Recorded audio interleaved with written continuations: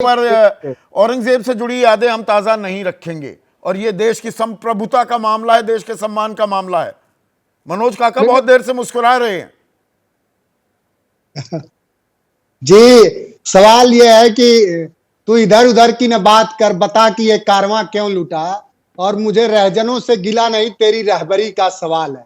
औरंगजेब को इसलिए कब्र से अब जगाया जा रहा है, भारतीय जनता पार्टी जगा रही है कि चूंकि भारतीय जनता पार्टी की सरकार ने विगत 10 सालों में इस देश को जो नरेंद्र मोदी जी की उपलब्धियां हैं कुछ इस तरह से है कि देश बेरोजगारी के अपने 45 साल के चरम पर है, देश की अर्थव्यवस्था और देश का सेंसेक्स 28 साल के सबसे कमजोर स्थिति में है, देश के नौजवान आजादी के बाद सबसे ज्यादा आत्महत्या कर रहे हैं, देश के 1 बिलियन लोगों के पास, 100 करोड़ लोगों के पास आधारभूत खर्चे के लिए भी पैसे नहीं है, देश के जो चीन का बॉर्डर है वहां चीन काउंटी बना रहा है, देश के प्रधानमंत्री कहते हैं कि न कोई आया है न कोई गया है, लेकिन देश का विदेश मंत्रालय का प्रवक्ता बयान देता है कि चाइना, एक मिनट मनोज सुनिए ना, इंदौर वासी हैं, वो कह रहे हैं कि अगर एक बड़ा तबका नहीं चाहता कि औरंगजेब की कब्र रहे तो उसे हटाने में समस्या क्या है?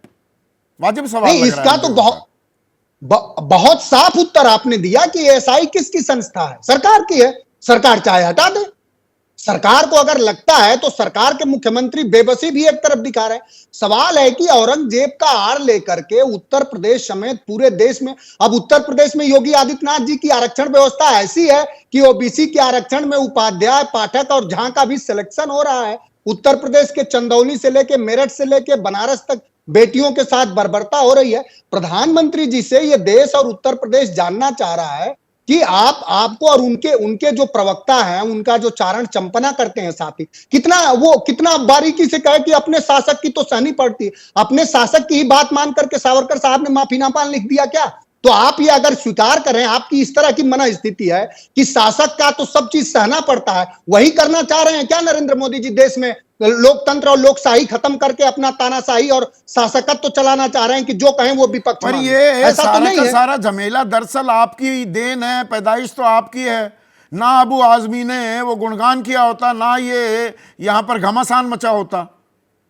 नहीं, देखिए, अबू आजमी जी ने उसके बाद लगातार उन्होंने संभाजी महाराज के जयंती पर उन्होंने बधाई दी और उनके हमारे आदर्श हमेशा से शिवाजी महाराज कौन नहीं जानता देश में। लेकिन ये सवाल अगर मैं पूछूं जो साथी बैठे हैं विनोद जी से कि शिवाजी महाराज का जब 1674 में राज्याभिषेक हो रहा था तो किन ब्राह्मण साथियों ने उनका राज्याभिषेक करने से मना कर दिया? तब बनारस से ब्राह्मणों को बुलाया गया, क्यों मना कर दिया गया? कौन लोग थे जो उनका राज्याभिषेक होने देना नहीं चाहते थे?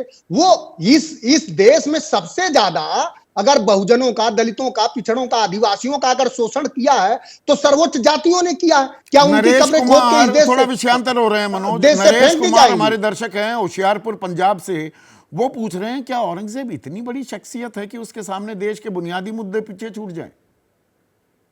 नहीं, उनका नरेश कुमार जी का सवाल बिल्कुल सही है। नहीं, क्योंकि आप और अतुल दोनों ये बात कह रहे हैं, नहीं उससे ध्यान भटकाने की कोशिश है। ऐसे थोड़ा ध्यान भटकाया जा सकता है।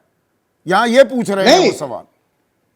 नहीं, वो सवाल बिल्कुल सही पूछ रहे हैं। तो वो पूछे ना कि इस देश के नौजवानों को किस प्रधानमंत्री जी ने कहा कि 2 करोड़ रोजगार हर साल देंगे? वो कहते थे कि रुपए की प्रतिष्ठा गिरती है तो देश की प्रतिष्ठा गिरती है। आज रुपया कहां है और देश कहां है? उनसे पूछना चाहिए। ये सब तो बुनियादी सवाल है ना। उनसे पूछा जा रहा है कि इस देश का किसान सवाल एक और हमारे दर्शक हैं, रेगुलर दर्शक हैं, एक सेकंड मनोज, राजेंद्र खुरपा हैं, मोरिंडा पंजाब के रहने वाले, प्रोफेसर सौरभ मालवीय है, वो ये पूछ रहे हैं कि मंदिर, मस्जिद, कब्र पर घमासान जो है ये सब कुछ बीजेपी शासित राज्यों में ही क्यों हो रहा है? ये उत्तर प्रदेश, महाराष्ट्र, यहीं क्यों हो रही है ये सारी खुराफात? अगर मैं शब्द इस्तेमाल करूं, ये मेरा शब्द है। सवाल ठीक है और आप भी ठीक कह रहे हैं, लेकिन बहुत एक दुर्भाग्यपूर्ण स्थिति है कि हर जगह, हर चीज में इंडी गठबंधन को सिर्फ और सिर्फ इस कुत्सित राजनीति के अलावा कुछ दिखता ही नहीं है। अरे भाई, कर कौन रहा है इसे? नहीं, वही मैं बता रहा हूं संदीप जी। वही पूरे देश से कांग्रेस राहुल गांधी के नेतृत्व में लगभग 10 दर्जन छोटे बड़े चुनाव हार गई। अखिलेश यादव साफ हो गए, हर जगह से साफ हो गए, कहीं कुछ बचा ही नहीं। इंडी गठबंधन के पास बयान के सिवा कुछ है ही नहीं। तो क्या करेंगे? इसके अलावा और क्या प्रश्न करेंगे? यही प्रश्न करेंगे ना। अच्छा, इसके अलावा क्या प्रश्न करेंगे? यहाँ पर लोगों का ध्यान भटकाने की कोशिश नहीं हो रही है?